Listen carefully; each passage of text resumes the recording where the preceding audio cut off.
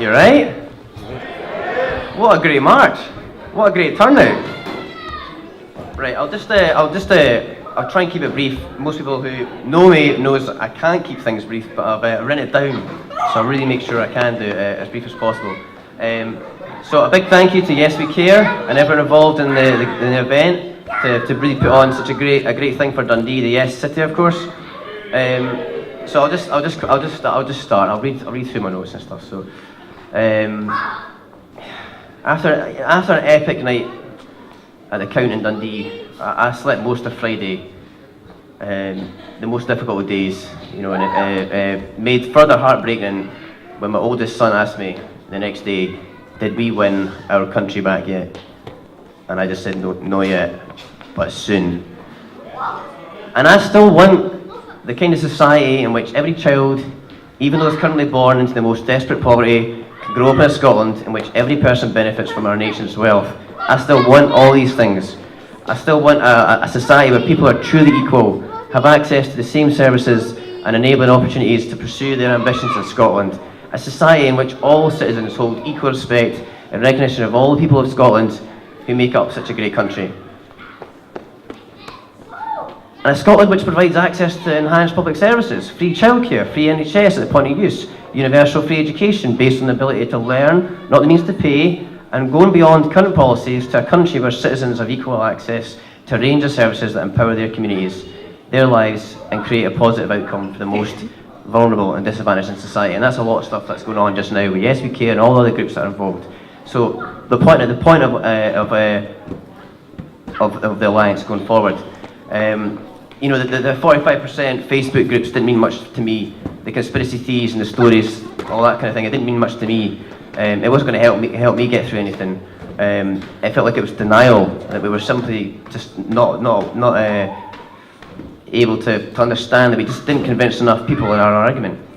It wasn't that the argument was wrong. You know, it was the fear of capital flight, the currency, the promise of the vow, you know, a whole range of issues that people voted no. We can overanalyze it and talk about it forever. We can stay angry, but there's just no point for me to do that. And interestingly, I wanted to hear the sort of soft no and the soft yes voters' thoughts and things after the vote. So one thing I picked up on from yes and no voters alike was the strong desire for continuation of the constitutional debate. And that's something we have to carry on. We haven't got a date, we haven't got a referendum to look forward to, but we have got the general election, we've got holiday elections, we've got a whole host of things to look forward to. But we need to have these debates continue, and no voters want it just the same. We need to continue highlighting the unfairness of Westminster rule, you know, and the positive vision of power in our hands. So the Alliance for Scotland exists to provide a shared equal platform for all the participants and beyond. The huge variety of parties, the groups, the grassroots campaigns, third sector organisations, and all the other self-determination campaigns around the globe, they all offer a vision to communicate to the public. We need to get across all the individual visions. There's no point in having a one singular group that's going to do it. You know, the SNP and all the other parties and all the other groups have all got their own visions, their own ways of getting it across. But some of the smaller groups have got great value, they've got great things to say, they just don't get the platform to say it.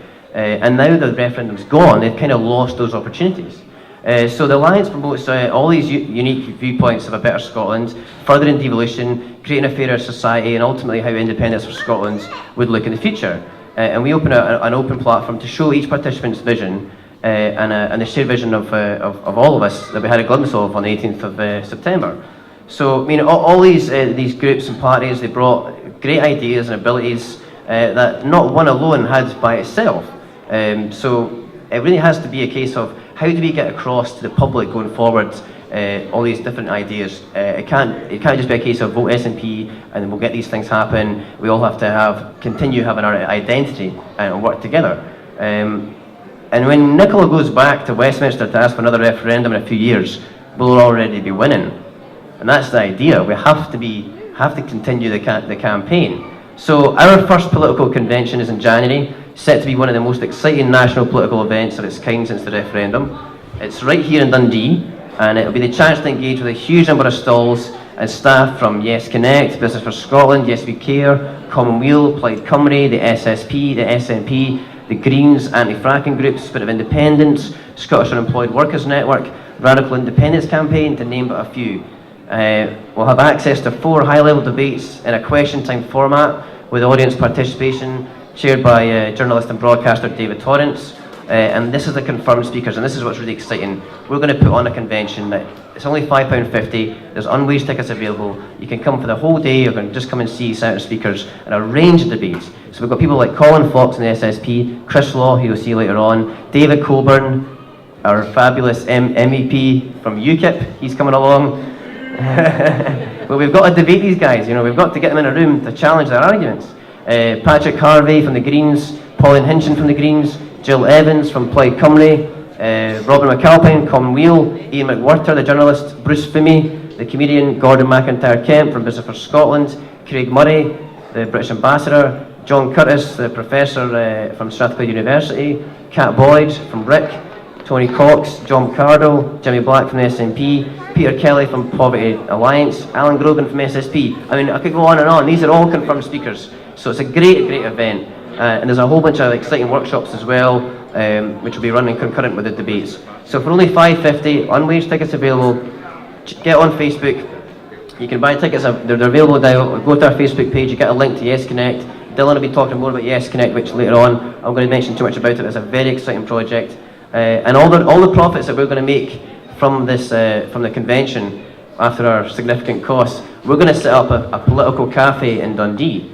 And we're going to have a hub, a base, a self-funding place. We'll be open to all the participants, all the groups and all the parties to come and use the facilities that we'll have. And we'll be self-fund, as I say, and create a wee free parking kind of oil fund, if you like, that we can have people can apply for money to do various projects. So I know it's a bit of a whole bunch of stuff I've been put out there, but the convention's very exciting. It's the next step in really opening out the constitutional debate in the country and the run up to the general election, so I hope you all can come along. But thanks for your time.